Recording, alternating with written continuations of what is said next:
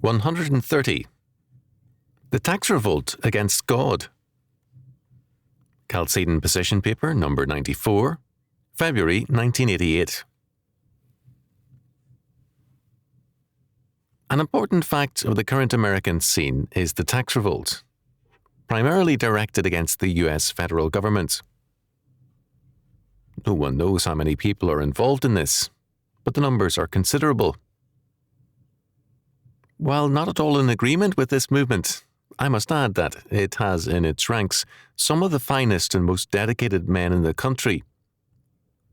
They recognize clearly the growing power of the state, the onset of totalitarianism, and the awesome waste of tax funds. For 50 years, the policy of tax and spend has governed both parties. Their occasional good resolutions, when out of office, turn into forgotten rhetoric when in office. The evil is clearly there. Writers like columnist Donald Lambro in such books as Washington, City of Scandals, 1984, document the prodigal waste of funds by Congress. As against critics who decry this waste, both parties excuse their actions by citing the needs of the poor, when, in reality, much of the money goes to enrich the rich even more. We must remember, however, that Scripture gives no room for tax revolt. Judea in our Lord's day was deeply involved in a tax rebellion against Rome. In one instance, tax money was demanded of Jesus, who made clear his immunity from taxation as the Son of God, the King, but at the same time, he instructed Peter to pay it by means of a miracle. Matthew chapter 17, verses 24 to 27. On another occasion, spies and a trick question were used in an attempt to trap Jesus. In that day, anyone opposing the tax revolt lost popular support and was regarded as a tool or servant of Rome by the people. On the other hand, if a well-known person advocated the tax revolt, his arrest quickly followed. The question asked of Jesus was, "Is it lawful for us to give tribute to Caesar or no?" To answer yes would mean the contempt of most Jews. To answer no would mean arrest and prison. Our Lord called attention to Caesar's image and superscription on the coin and said, "Render therefore unto Caesar the things which be Caesar's, and unto God the things which be God's." Luke chapter 20, verses 20 to 26. The meaning was clear. The coin witnessed to the fact that Caesar provided them with coinage, military protection, courts, law, public works, roads, and more. By their sins they had made Caesar their lord or sovereign. However, if they would render to God what God requires in full obedience to his law, then God would again be their Lord. In other words, the tax revolt was the wrong answer. It did not alter the moral and religious factor of their apostasy. They invoked the name of the Lord, as churchmen do today, but they did not obey his law word.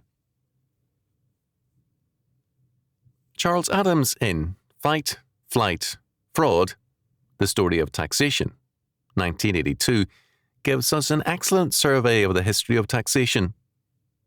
Even more, he sees the heart of the matter clearly, stating, "Taxing power is the guts of sovereignty," page 125. This is a key fact. Whomsoever we make our sovereign has then the right to tax us. Taxation is the prerogative of sovereignty. Today, the state is man's sovereign. It is Hegel's God walking in history, and hence it has unlimited powers, because a sovereign cannot be bound or controlled by any law. According to Scripture, God is our Lord or sovereign. The most common term applied to God the Father in the Old Testament is Lord. and in the New Testament, Lord is the most used term for Jesus. The triune God is our Creator. Genesis chapter 1, verses 1 to 31. Therefore, the earth is the Lord's, and the fullness thereof, the world, and they that dwell therein. Psalm 24, verse 1. It is God the Lord who therefore allots funds to church and state alike. Civil government is limited to half a shekel for all males 18 years and older. Exodus chapter 30, verses 10 to 16. To provide an, quote, atonement, end quote, or civil protection or covering for them. For worship, 1/10 of the tithe, or 1% of a man's increase, was provided. Numbers chapter 18, verses 24 to 26. The Levites were to use the rest of the tithe for education. Deuteronomy chapter 33, verse 10, and a variety of other societal services. Thus, clearly, God does not allow in His law for any centres of power in church or state. Both are to be small institutions, the one a ministry or diaconate for civil protection, the other a ministry of grace. Romans chapter 13, verses 1 following. When the problem of a power state develops, the key is not rebellion, but obedience to God the Lord. All things are under the government and the providence of God. We are in our present predicament because of our disobedience to the Almighty. Remember, the major tax revolt is not against the modern state. It is against God. It is significant, too, that God's law makes no provision for the enforcement of the tithe by man. Neither church nor state have the power to require the tithe of us, nor to tell us where it should be allocated, that is, whether to Christian schools or colleges, educational foundations, missions, charities, or anything else. The tithe is to the Lord. The fact is clear that man cannot impose rules to govern God's tax, nor require it of us. God, however, can enforce this law in His own way, and does. In Malachi chapter 3, verses 8 to 12, God tells us certain things about His tax. First, failure to pay it means robbing Him. Robbing God? God expects not only tithes from us, but also offerings, that is, gifts above and beyond the tithe. Second, failure to pay God His tax means that we shall be under a curse. This curse will affect us in the realm of nature, in the realm of civil governments, and in every other sphere of life.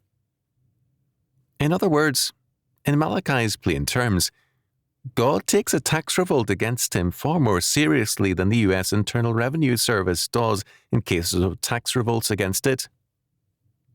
And God has far more efficient powers of enforcement. Third, God declares that His powers to bless us for paying His tax far exceed anything we imagine. It is the promise of life. All God's laws carry with them curses and blessings. Deuteronomy chapter 28. The first promise in this regard, that is, first in importance, concerns the family.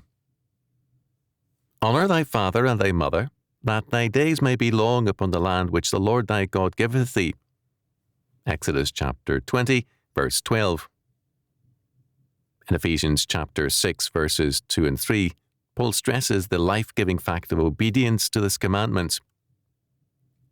The tithe is one of these life-giving laws when obeyed. This means that men and nations cannot expect God's blessing when they neglect His tax and laws. Why should God bless a people who disobey Him, are engaged in a tax revolt against Him, and who insist on declaring that His law has been done away with? It was because God's law is so important and unchanging that only the vicarious sacrifice of the Son of God could make atonement for us. Is the law now a trifle? Some insist that we are no longer under such laws as "thou shalt not commit adultery," "steal, kill, bear false witness," and so on, only under grace.